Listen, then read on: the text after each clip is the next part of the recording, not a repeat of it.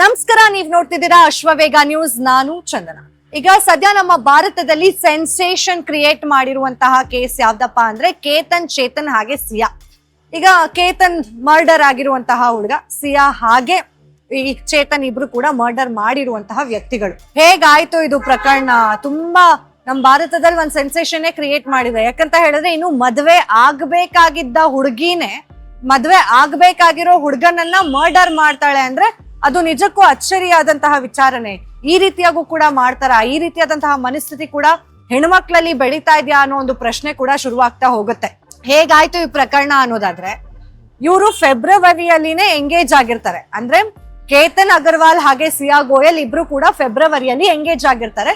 November ಅಲ್ಲಿ ಮದ್ವೆ ಮಾಡ್ಬೇಕು ಅಂತ ಹೇಳಿ ಫ್ಯಾಮಿಲಿಗಳು ಕೂಡ ಮಾತುಕತೆಯನ್ನ ನಡೆಸಿರ್ತಾರೆ. ನವೆಂಬರ್ ನಲ್ಲಿ ತುಂಬಾ ಒಂದು ದೊಡ್ಡ ಪ್ಯಾಲೇಸ್ ಅನ್ನೇ ಬುಕ್ ಮಾಡಿರ್ತಾರಂತೆ ಮದ್ವೆ ಆಗೋದಕ್ಕೆ. ಉದಯ್ಪುರ್ನಲ್ಲಿ ಒಂದು ಡ್ರೀಮ್ ವೆಡ್ಡಿಂಗ್ ಅನ್ನ ಆಗೋದಕ್ಕೆ ಒಂದು ಪ್ಯಾಲೇಸ್ ಅನ್ನೇ ಬುಕ್ ಮಾಡಿರ್ತಾರೆ ಅಂತ ಕೂಡ ಈಗಾಗ್ಲೇ ಇನ್ಫಾರ್ಮೇಶನ್ ಬಂದಿದೆ. ಸೊ ಮದ್ವೆ ಪ್ರಿಪ್ರೇಷನ್ಸ್ ಕೂಡ ನಡೀತಾ ಇದೆ ಈ ಕಡೆ.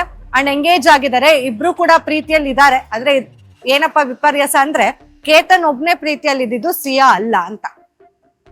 ಕೇತನ್ನ ಹೇಗೆ ಮರ್ಡರ್ ಮಾಡ್ಬೇಕು ಅಂತ ಸಿಯಾ ಈ ಹಿಂದೆನೆ ಪ್ಲಾನ್ ಮಾಡ್ತಾ ಇದ್ರೆ, ಈ ಕಡೆ ಕೇತನ್ ಸಿಯಾಗೆ ಎಷ್ಟು ಖುಷಿ ಪಡಿಸ್ಬೇಕು, ಅವಳ ಬರ್ಡೇನ ನಾನು ಹೇಗ್ ಸೆಲೆಬ್ರೇಟ್ ಮಾಡ್ಬೇಕು, ಅವಳಿಗೆ ಪ್ರಪೋಸ್ ಹೇಗ್ ಮಾಡ್ಬೇಕು, ಅವಳಿಗೆ ಯಾವ ಫ್ಲವರ್ ಇಷ್ಟ, ಈ ತರದ ವಿಷಯದಲ್ಲಿ ಅವನು ತಲೆ ಕೆಡಿಸ್ಕೊಳ್ತಾ ಇದ್ದ ಮೋಸ್ಟ್ಲಿ ಅಂತ ಅನ್ಸುತ್ತೆ.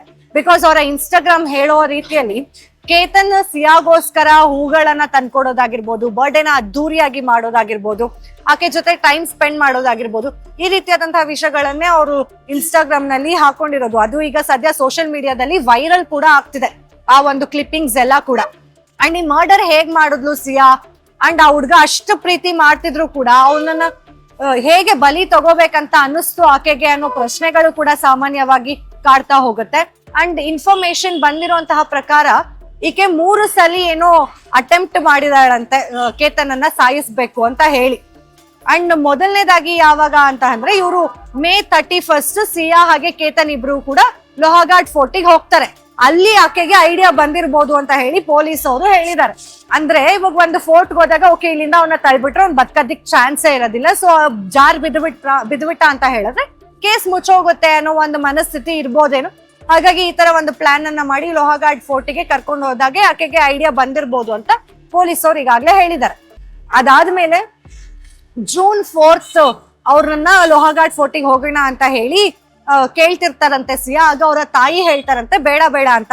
ಅದನ್ನ ಖುದ್ದಾಗಿ ಕೇತನ್ ಅವರ ತಂಗಿನೇ ಹೇಳಿದ್ದಾರೆ, ಯಾವಾಗ್ಲೂ ಕೂಡ ಲೋಹಘಾಟ್ ಫೋರ್ಟಿಗೆ ಹೋಗೋಣ ಅಂತ ಹೇಳಿ ಸಿಯಾ ಹೇಳ್ತಾನೆ ಇರ್ತಿದ್ರು ಅಂತ. ಆಗ ಅವ್ರ ತಾಯಿ ತಡೆದಿದ್ದಾರೆ, ಅಲ್ಲಿ ಬಚಾವಾಗಿದ್ದಾರೆ. ಮತ್ತೆ ಆಮೇಲೆ ಜೂನ್ 14 ಮತ್ತೆ ಅವರು ಫೋರ್ಟಿಗೆ ಕರ್ಕೊಂಡು ಹೋಗಿದ್ದಾರೆ.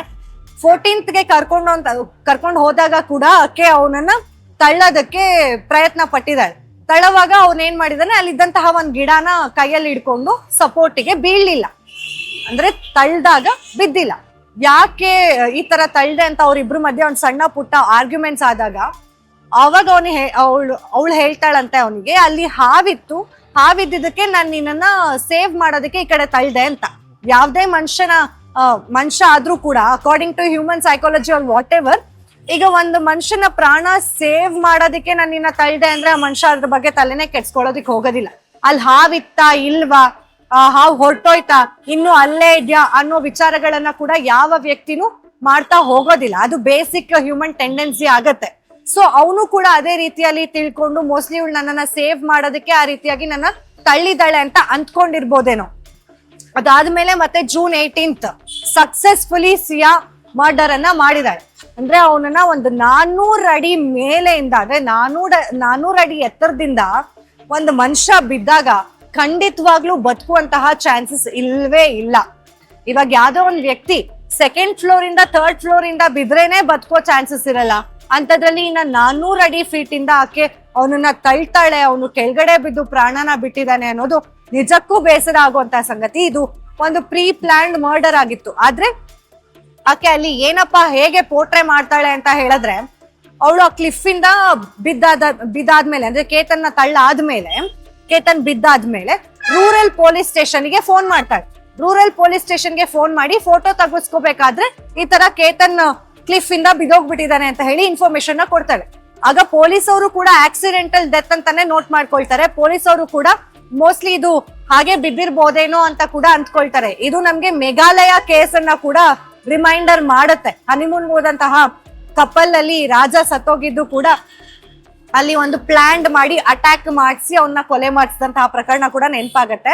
ಅದೇ ರೀತಿಯಾಗಿ ಇವಳು ಅವನ್ನ ತಳ್ಳಿದಾಗ ಪೊಲೀಸ್ ಅವ್ರಿಗೆ ಇವಳೇ ಇನ್ಫಾರ್ಮ್ ಮಾಡಿ, ಅದಾದ್ಮೇಲೆ ಪೊಲೀಸ್ ಅವ್ರು ಬಂದು ಆ ಬಾಡಿನ 15ನೇ ತಾರೀಕು ಈ ತರ ಆಗಿದೆ, 19ನೇ ತಾರೀಕು ಬಾಡಿ ಕೂಡ ಸಿಗುತ್ತೆ. ಅಂಡ್ ಅವಳು ಏನಪ್ಪಾ ವಿಚಾರ ಅಂದ್ರೆ 19ನೇ ತಾರೀಕು ಒಂದ್ ಸ್ಟೇಟಸ್ ಅನ್ನ ಕೂಡ ಹಾಕ್ತಾಳೆ, ನೀನ್ ನನ್ನ ಅವ್ನ್ ಬರ್ಡೇ ಸಲುವಾಗಿ ನೀನ್ ನನ್ನ ಬಿಟ್ಟು ಹೋಗಿದ್ದು ನಂಗೆ ತುಂಬಾ ದುಃಖ ಆಗ್ತಿದೆ, ಈಗ ತಾನೇ ನಾವಿಬ್ರು ಪ್ರೀತಿ ಮಾಡ್ತಾ ಇದ್ವಿ, ಇಷ್ಟು ಬೇಗ ನೀನ್ ನನ್ನ ಬಿಟ್ಟು ಹೋಗ್ತೀಯ ಅಂತ ನಾನು ಅನ್ಕೊಂಡಿರ್ಲಿಲ್ಲ, ತುಂಬಾ ಕ್ವಶನ್ಗಳಿದೆ ನನಗ್ ಸಾಕಷ್ಟು ಕನ್ಸ್ಗಳಿತ್ತು ನಿನ್ ಜೊತೆ ಬದುಕ್ಬೇಕು ಅಂತ, ಅದನ್ನೆಲ್ಲ ನೀನು ನುಚ್ಚು ನೂರ್ ಮಾಡ್ಬಿಟ್ಟೆ, ಈ ರೀತಿಯಾದ ಒಂದು ಸ್ಟೇಟಸ್ ಅನ್ನ ಆಕೆ ಕೂಡ ಹಾಕೊಳ್ತಾಳೆ, ಯಾರಿಗೂ ಡೌಟ್ ಬರ್ದೇ ಇರ್ಲಿ ಅನ್ನೋ ಒಂದು ಕಾರಣಕ್ಕೆ. ಅದಾದ್ಮೇಲೆ ಪೊಲೀಸ್ ಅವರು ಬಂದು ಸ್ಥಳ ಎಲ್ಲ ಪರಿಶೀಲನೆ ಮಾಡ್ಬೇಕಾದ್ರೆ ಇನ್ವೆಸ್ಟಿಗೇಷನ್ ಮಾಡುವಾಗ ಮುಂದಾದಾಗ ಆಕೆ ಮುಖದಲ್ಲಿ ಸ್ವಲ್ಪ ದುಃಖ ಇಲ್ಲ ಅನ್ನೋ ವಿಚಾರವನ್ನ ಪೊಲೀಸ್ ಅವರು ಗಮನಿಸ್ತಾರೆ. ಅವರಿಗೆ ಪೊಲೀಸರಿಗೆ ಯಾವಾಗ ಈಕೆ ಅಷ್ಟೊಂದು ದುಃಖ ಪಡ್ತಿಲ್ಲ ಅಂತ ಗೊತ್ತಾಗತ್ತೆ. ಆಗ ಮತ್ತೆ ಒಂದಷ್ಟು ಹೇಗಿತ್ತು ಕ್ಲೈಮೇಟ್, ಹೇಗಿತ್ತು ನಿಜಕ್ಕೂ ಅವರು ಕ್ಲೈಮೇಟ್ ಇಂದ ವೆದರ್ ಇಂದ ಗಾಳಿಯಿಂದ ಏನಾದ್ರು ಕೆಳಗಡೆ ಬಿದ್ದು ಬಿಟ್ರ ಹೇಗೆ ಅಂತೆಲ್ಲ ಪರಿಶೀಲನೆ ಮಾಡಕ್ ಸ್ಟಾರ್ಟ್ ಮಾಡ್ತಾರೆ. ಆಗ ಕ್ಲೈಮೇಟ್ ಬಂದು 33 ಡಿಗ್ರೀಸ್ ಇರುತ್ತೆ ಅಂತ ಹೇಳಿ ಗೊತ್ತಾಗತ್ತೆ. ಅಂಡ್ ಈಗ ಇಲ್ಲಿ ಇನ್ನೊಂದು ವಿಚಾರನ ಏನ್ ಪೊಲೀಸ್ ಅವ್ರು ಗಮನಿಸ್ತಾರೆ ಅಂದ್ರೆ CCTV ಫುಟೇಜಸ್ ಅನ್ನ ತೆಗೆಸ್ತಾರೆ. CCTV ಫುಟೇಜಸ್ ತೆಗೆಸಿದಂತಹ ಸಂದರ್ಭದಲ್ಲಿ ಆಗ ಸಿಯಾ ಹಾಗೆ ಕೇತನ್ ಏನು ಸ್ಟೆಪ್ಸ್ ಹತ್ಕೊಂಡ್ ಬರ್ತಾ ಇರ್ತಾರೆ, ಆಗ ಅವ್ರ ಹಿಂದೆ ಒಂದು ವ್ಯಕ್ತಿ ಕೂಡ ಬರ್ತಾ ಇರ್ತಾನೆ, ಅವನೇ ಚೇತನ್, ಸಿಯಾ ಬಾಯ್ ಫ್ರೆಂಡ್ ಆಗಿರ್ತಾನೆ ಅಥವಾ ಲವರ್ ಆಗಿರ್ತಾನೆ. ಅವನು ಕಂಪ್ಲೀಟ್ ಆಗಿ ಕವರ್ ಮಾಡ್ಕೊಂಡು ಅಂದ್ರೆ ಹುಡಿ ಹಾಕೊಂಡು ಮಾಸ್ಕ್ ಅನ್ನ ಹಾಕೊಂಡು ಯಾರಿಗೂ ಕೂಡ ಅವ್ನ್ ಯಾರು ಅಂತ ಗೊತ್ತಾಗದೆ ರೀತಿಯಲ್ಲಿ ಒಂದ್ ಡ್ರೆಸ್ ಮಾಡ್ಕೊಂಡು ಬಂದಿರ್ತಾನೆ. ಅಂಡ್ ಪೊಲೀಸ್ ಇನ್ವೆಸ್ಟಿಗೇಷನ್ ಅಲ್ಲಿ ಇನ್ನೊಂದ್ ವಿಷಯ ಏನ್ ಗೊತ್ತಾಗತ್ತೆ ಅಂತ ಹೇಳಿದ್ರೆ, ಚೇತನ್ ಅವನ ಫೋನ್ ಅನ್ನ ತಗೊಂಡೇ ಬಂದಿರೋದಿಲ್ಲ, ಅವನು ಅವನ್ ಫೋನ್ ಅನ್ನ ಬಿಟ್ಟು ಬೇರೆ ಒಂದು ಅವನ್ ಕಂಪನಿಯ ಎಂಪ್ಲಾಯಿ ಫೋನ್ ಅನ್ನ ತಗೊಂಡು ಬಂದಿರ್ತಾನೆ.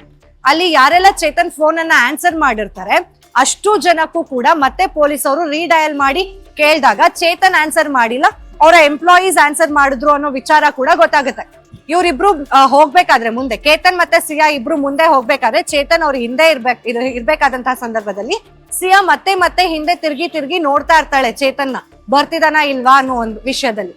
ಅಲ್ಲಿ ಕೂಡ ಪೊಲೀಸ್ ಅವ್ರಿಗೆ ಅನುಮಾನ ಜೋರಾಗ್ತಾ ಹೋಗುತ್ತೆ, ಅಂದ್ರೆ ಶುರುವಾಗ್ತಾ ಹೋಗುತ್ತೆ, ಇಲ್ಲ ಇದು ಮರ್ಡರ್ ಆಗಿರ್ಬೋದು ಅಂತ. ಆಗ ಇಬ್ರು ಕೂಡ ಇನ್ವೆಸ್ಟಿಗೇಷನ್ ಮಾಡಿದಂತಹ ಸಂದರ್ಭದಲ್ಲಿ ಅವರಿಬ್ರು ಸೇರ್ಕೊಂಡು ಕೇತನ್ ಅನ್ನ ತಳ್ಳಿದ್ದಾರೆ ಅನ್ನೋ ವಿಷಯ ಗೊತ್ತಾಗುತ್ತೆ, ಅಂದ್ರೆ ಮರ್ಡರ್ ಮಾಡಿದ್ದಾರೆ ಅನ್ನೋ ವಿಷಯ ಪೊಲೀಸ್ ಅವ್ರಿಗೆ ಗೊತ್ತಾಗುತ್ತೆ. ಯಾಕೆ ಈ ರೀತಿಯಾದಂತಹ ಮರ್ಡರ್ ಮಾಡಿದ್ಲು ಸಿಯಾ ಅಂತ ಕೇಳಿದಾಗ, ನನ್ಗೆ ಈ ಮದ್ವೆ ಇಷ್ಟ ಇರ್ಲಿಲ್ಲ, ನಾನು ಈ ಮದ್ವೆನ ನಿಲ್ಸ್ಬೇಕು ಅಂತ ಪ್ರಯತ್ನ ಪಟ್ರೆ ನನ್ನ ತಂದೆ ತಾಯಿ ಮರ್ಯಾದೆ ಹೋಗುತ್ತೆ, ಹಾಗಾಗಿ ನಾನು ಈ ರೀತಿಯಾದಂತಹ ನಿರ್ಧಾರವನ್ನ ಮಾಡ್ದೆ, ಈಗ ಮರ್ಡರ್ ಮಾಡ್ದೆ ಅನ್ನೋ ಒಂದು ಹೇಳಿಕೆಯನ್ನ ಕೂಡ ಕೊಟ್ಟಿದ್ದಾರೆ. ಅಂದ್ರೆ ತಂದೆ ತಾಯಿ ಮರ್ಯಾದೆ ಹೋಗುತ್ತೆ ಅಂತ ಹೇಳಿ ಒಂದು ಜೀವನೇ ತೆಗ್ದಿದ್ದಾರೆ ಈ ಚೇತನ್ ಮತ್ತೆ ಸಿಯಾ. ಇದು ನಿಜಕ್ಕೂ ಒಂಥರ ಬೆಚ್ಚ ಬೀಳಿಸುವಂತಹ ಪ್ರಕರಣ ಅಂತಾನೆ ಹೇಳ್ಬೋದು. ಬಿಕಾಸ್ ಈಗ ಒಂದು ವ್ಯಕ್ತಿ ಇಷ್ಟ ಆಗ್ತಿಲ್ಲ ಅಥವಾ ಆ ವ್ಯಕ್ತಿ ಜೊತೆ ಮದ್ವೆ ಆಗಕ್ ಇಷ್ಟ ಇಲ್ಲ ಅಂದಾಗ ಬೆಟರ್ ಪೇರೆಂಟ್ಸ್ ಜೊತೆ ಕೂತ್ಕೊಂಡು ಮುಕ್ತವಾಗಿ ಮಾತಾಡಿ ಅದನ್ನ ಅಲ್ಲಿಗೆ ಸಾರ್ಟ್ ಔಟ್ ಮಾಡ್ಕೊಂಡು ಜೀವನ ಮುಂದಕ್ಕೆ ನಡ್ಸ್ಕೊಂಡು ಹೋಗೋದು. ಅದು ಬಿಟ್ಟು ಈ ರೀತಿಯಾದಂತಹ ಮರ್ಡರ್ ಮಾಡಿದಾಗ ಯಾರ್ದು ಅಂದ್ರೆ ಈಗ ಕೇತನ್ ಅವರ ಅಪ್ಪ ಅಮ್ಮ ಕೂಡ ತುಂಬಾ ಸಫರ್ ಆಗ್ತಿರ್ತಾರೆ, ಯಾಕಂದ್ರೆ ಅವರ ಮಗನ ಕಳ್ಕೊಂಡಿದೀವಿ ಅಂತ ಹೇಳಿ. ಈ ಕಡೆ ನನ್ನ ಮಗಳು ಈ ರೀತಿಯಾಗಿ ಮಾಡ್ಬಿಟ್ಲಲ್ಲ ಅಂತ ಹೇಳಿ ಕೂಡ ಸಿಯಾ ತಂದೆ ತಾಯಿ ಈ ತರ ಒಂದು ದುಃಖ ಪಡ್ತಾನೆ ಇರ್ತಾರೆ, ಹೀಗಾಗೋಯ್ತಲ್ಲ ಅಂತ ಹೇಳಿ. ಇದು ಓವರ್ ಆಲ್ ನೋಡೋದಾದ್ರೆ ಕೇತನ್ ಈ ಕಡೆ ಪ್ರಾಣ ಕಳ್ಕೊಂಡಿದ್ದಾರೆ, ಈ ಕಡೆ ಚೇತನ್ ಜೈಲಿಗೆ ಹೋಗ್ತಾರೆ, ಈ ಕಡೆ ಸಿಯಾ ಜೈಲಿಗೆ ಹೋಗಿದ್ದಾರೆ. ಬಿಟ್ರೆ ಇಲ್ಲಿ ಅಪ್ಪ ಅಮ್ಮಂಗೂ ಕೂಡ ನೋವು, ಇಲ್ಲಿ ಯಾರಿಗೂ ಕೂಡ ಬೆನಿಫಿಟ್ ಅಂತೂ ಇಲ್ಲ, ಎಲ್ರು ಕೂಡ ದುಃಖಿತರಾಗಿದ್ದಾರೆ, ಎಲ್ರು ಕೂಡ ನೋವಿನಲ್ಲಿದ್ದಾರೆ ಅಂತಾನೆ ಹೇಳ್ಬೋದು. ಸೊ ನಿಜಕ್ಕೂ ಇದು ಒಂಥರ ಹೇಗೆ ಈಗಿನ ಜನರೇಷನ್ ಮೈಂಡ್ ಸೆಟ್ ಇದೆ ಅನ್ನೋ ಒಂದು ಪ್ರಶ್ನೆನ ಕೂಡ ನಾವ್ ಇಲ್ಲಿ ಕೇಳ್ತಾ ಹೋಗ್ಬೇಕಾಗತ್ತೆ. ಬಿಕಾಸ್ ಈಗಿನ ಜನರೇಷನ್ ನ ಮನಸ್ಥಿತಿ ಯಾವ ರೀತಿ ಇದೆ ಅಂತ ಅರ್ಥ ಮಾಡ್ಕೊಳ್ಳೋದೇ ಕಷ್ಟ ಆಗೋಗಿದೆ. ಏನಾದ್ರೂ ಒಂದು ಪ್ರಾಬ್ಲಮ್ ಆಗ್ತಿದೆ ಅಂದ್ರೆ ಆ ಪ್ರಾಬ್ಲಮ್ ನ ಕಂಪ್ಲೀಟ್ ಆಗಿ ಅಲ್ಲೇ ಡೆಮಾಲಿಷ್ ಮಾಡ್ಬೇಕು ಅಂತ ನೋಡ್ತಾರೆ ಹೊರತು, ಅಥವಾ ಅವರ ಪ್ರಾಣನ ತಕ್ಕೋತಾರೆ ಇಲ್ಲ ಬೇರೆಯವ್ರ ಪ್ರಾಣನ ತೆಗಿತಾರೆ ಹೊರತು ಇದನ್ನ ಸಾಲ್ವ್ ಮಾಡೋಣ, ಸಾರ್ಟ್ ಔಟ್ ಮಾಡ್ಕೊಳ್ಳೋಣ ಅನ್ನೋದು ತುಂಬಾ ಜನರ ಮನ್ಸಲ್ಲಿ ಇಲ್ವೇ ಇಲ್ಲ ಅನ್ನೋದು ಒಂದಷ್ಟು ಪ್ರಕರಣಗಳಿಗಿಂದ ನಮಗ್ ಗೊತ್ತಾಗ್ತಾ ಹೋಗ್ತಾ ಇದೆ ಅಂತಾನೆ ಹೇಳ್ಬೋದು. ಮತ್ತಷ್ಟು ಅಪ್ಡೇಟ್ಸ್ಗಾಗಿ ಫಾಲೋ ಮಾಡಿ ಅಶ್ವವೇಗ ನ್ಯೂಸ್.